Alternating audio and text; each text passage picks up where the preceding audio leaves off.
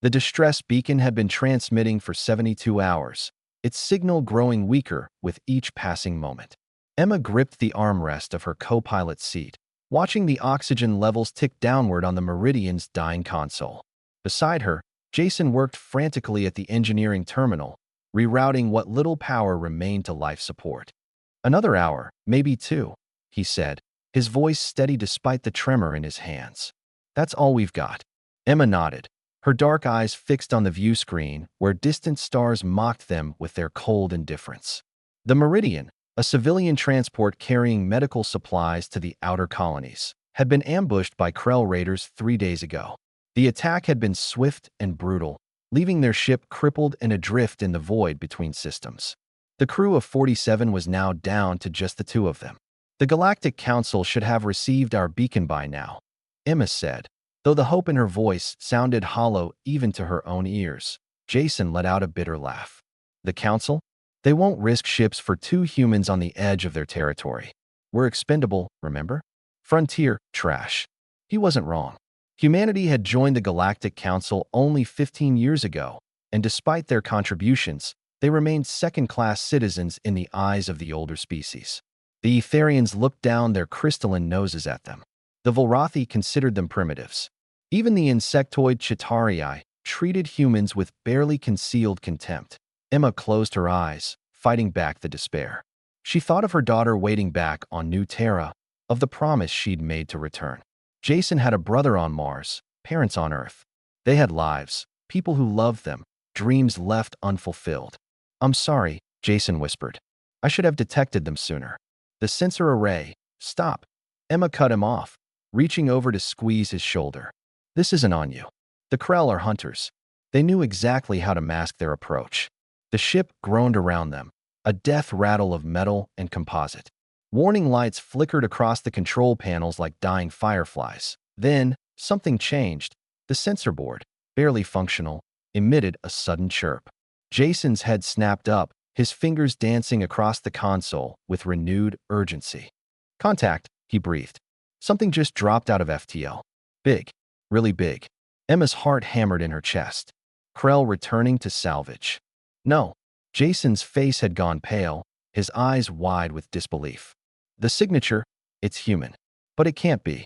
There are no human warships in this sector." On the view screen, space itself seemed to tear open.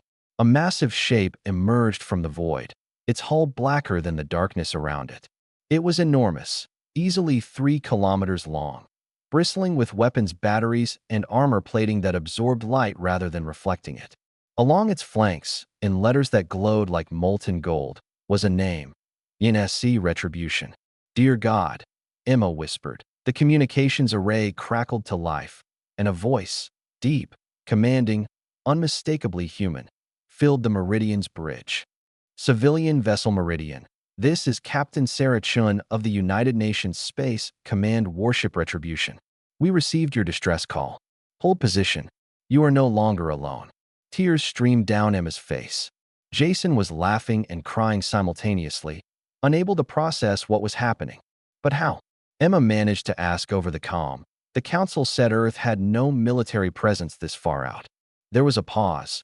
Then Captain Chin's voice returned, tinged with something that might have been satisfaction.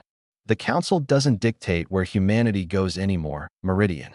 We learned that lesson the hard way." On the view screen, the Retribution maneuvered with impossible grace for something so massive. Its point defense systems suddenly blazed to life, streams of tungsten rounds ripping through space.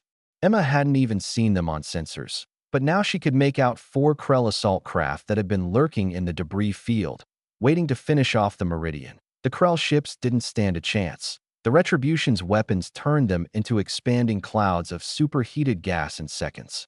No mercy, no warning. Just brutal, overwhelming force. "Dispatching rescue shuttle," Captain Chen announced. "Medical team, standing by. You'll be aboard within 10 minutes." Jason pulled up the Retribution's specifications on what remained of their computer. "Emma, look at this. She's not alone. There are 6 more ships with her. Carriers, destroyers, a dreadnought. This isn't a patrol, it's a fleet." Emma stared at the data, pieces falling into place. After the Krell had destroyed the colony on Proxima 7, After the Council had debated for months while humans died, Earth had apparently decided to take matters into its own hands. The rescue shuttle appeared on their sensors, approaching rapidly. Through the viewport, Emma could see the Retribution's massive bulk, its weapons still tracking for threats, standing guard over them like an avenging angel. Meridian, this is Lieutenant James Okafor on approach. A warm voice called over the comm, "Hang tight, folks. We've got you." As the shuttle docked with a gentle thud, Emma looked at Jason and saw her own emotions reflected in his eyes. Relief, joy, and something else. Pride. They had been abandoned by the Galactic Council, left to die in the darkness. But humanity hadn't forgotten them. Humanity had come. The airlocks cycled open, and a squad of Marines in black combat armor flooded in, followed by medical personnel. A tall woman with kind eyes and commander's insignia approached Emma and Jason. "Welcome home," she said simply, offering her hand. Emma took it, feeling the strength in that grip, the promise of protection. Behind the commander, through the airlock, she could see the Retribution's pristine corridors, hear the purposeful activity of a ship of war at full readiness. No rescue had been coming from the Council. But humanity had risen from the void, and they had come for their OWNAS. The medics led them toward the shuttle. Emma glanced back one last time at the dying Meridian. Then she looked forward, toward the Retribution, toward hope. The galaxy had written off 2 human lives as expendable. Humanity had proven them wrong, and that, Emma realized, was going to change everything at the end.